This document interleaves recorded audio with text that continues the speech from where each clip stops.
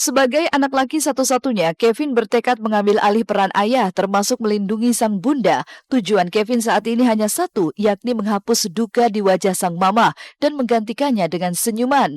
Bahkan Kevin tetap akan mengajak sang mama walau di saat dirinya tengah asik pacaran. Aku juga nggak tega kayaknya ninggalin mama sendiri di rumah gitu. Oh, pacar aku ngertiin banget mama kok. Ngertiin nggak apa-apa lah. Pacaran.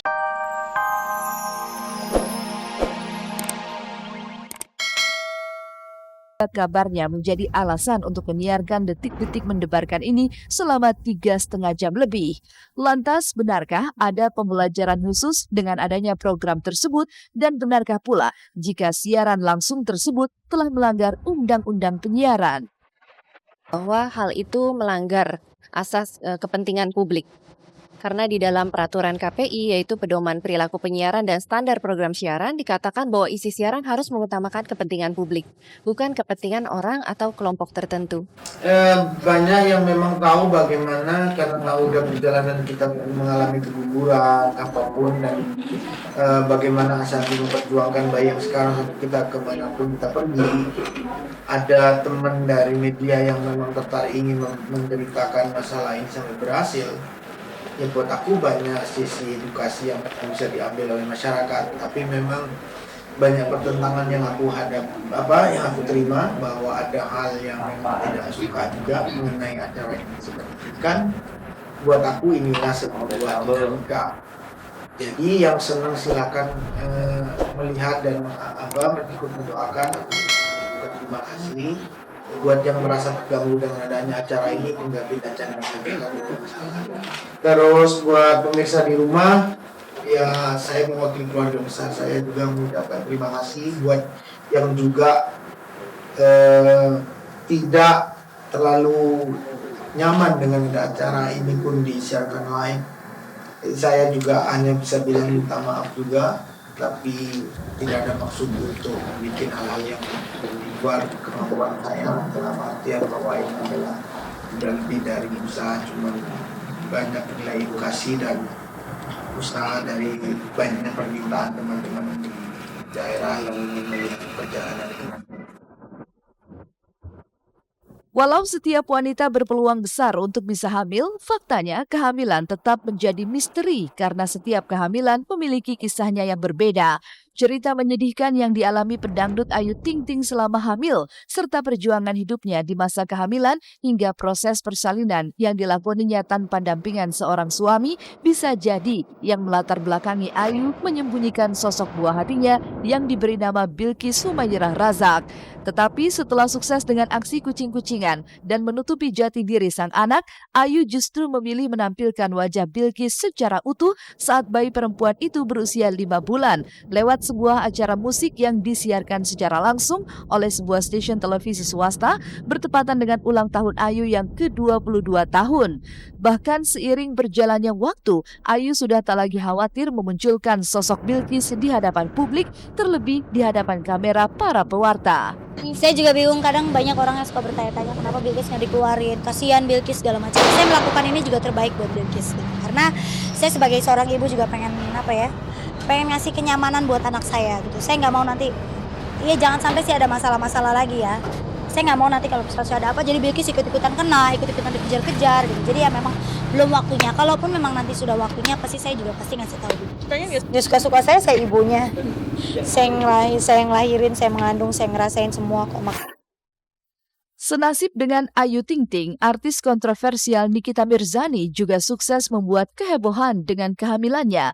Bukan lantaran ia juga ikut-ikutan menyembunyikan sosok jati diri sang anak, tetapi selama menjalani kehamilan, Nikita justru tengah mengalami konflik dengan sang suami hingga berujung pada sebuah perceraian. Bahkan kelahiran bayi laki-lakinya yang diberi nama Azkar Aquila Ukra pada awal Oktober lalu tak membuat Niki bergeming dan tetap pada pendiriannya untuk mengakhiri rumah tangganya dengan Sajat Ukra.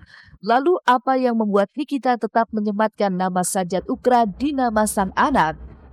Buat Niki, kehamilan yang sekarang ini adalah satu anugerah berkah dari Tuhan. Jadi even gak dia ada atau tidak ada, itu terserah dia. Yang penting Niki menikmati kehamilan yang kedua ini karena Pertama juga Niki maunya anak laki-laki dan dikasih anak laki-laki, jadi bahagianya tuh luar biasa. Jadi Niki nggak terlalu mikirin yang aduh harus ada suami ya, harus ada ini ditemenin ini itu segala macem gitu. Kebetulan Niki juga orangnya mandiri, jadi nggak terlalu pusing-pusing amat sama hal-hal kayak gitu.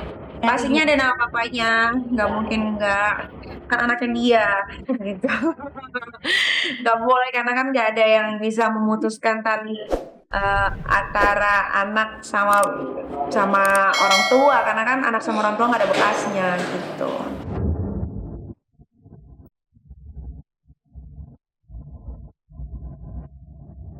Tiga hari masa berkabung, Kevin Julio mencoba move on dengan kembali menjalani aktivitasnya ditemani sang mama. Tapi benarkah jika Kevin masih belum bisa total dan fokus menghayati perannya?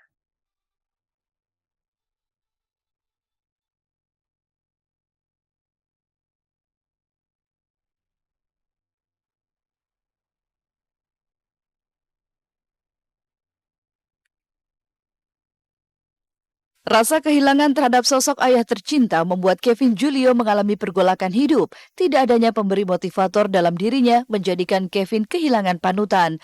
Namun demi membuat almarhum ayahnya bangga, Kevin mulai bangkit dari keterpurukan dengan mengajak sang bunda Nancy Wijaya untuk pertama kalinya Kevin kembali menjalani aktivitasnya pasca 3 hari masa berkabung. Benarkah jika kembali beraktivitas, Kevin belum bisa fokus menghayati pekerjaannya 100%?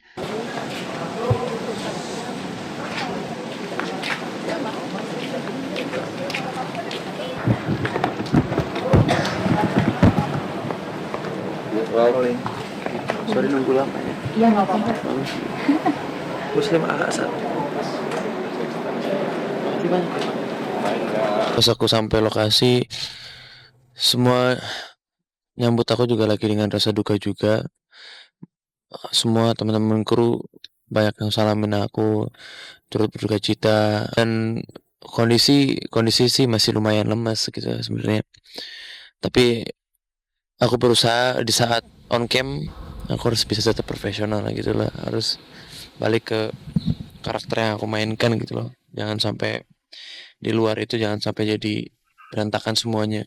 Karena kan ini yang aku mau juga, ini kan solusi yang terbaik supaya nggak berlarut-larut sedihnya gitu loh.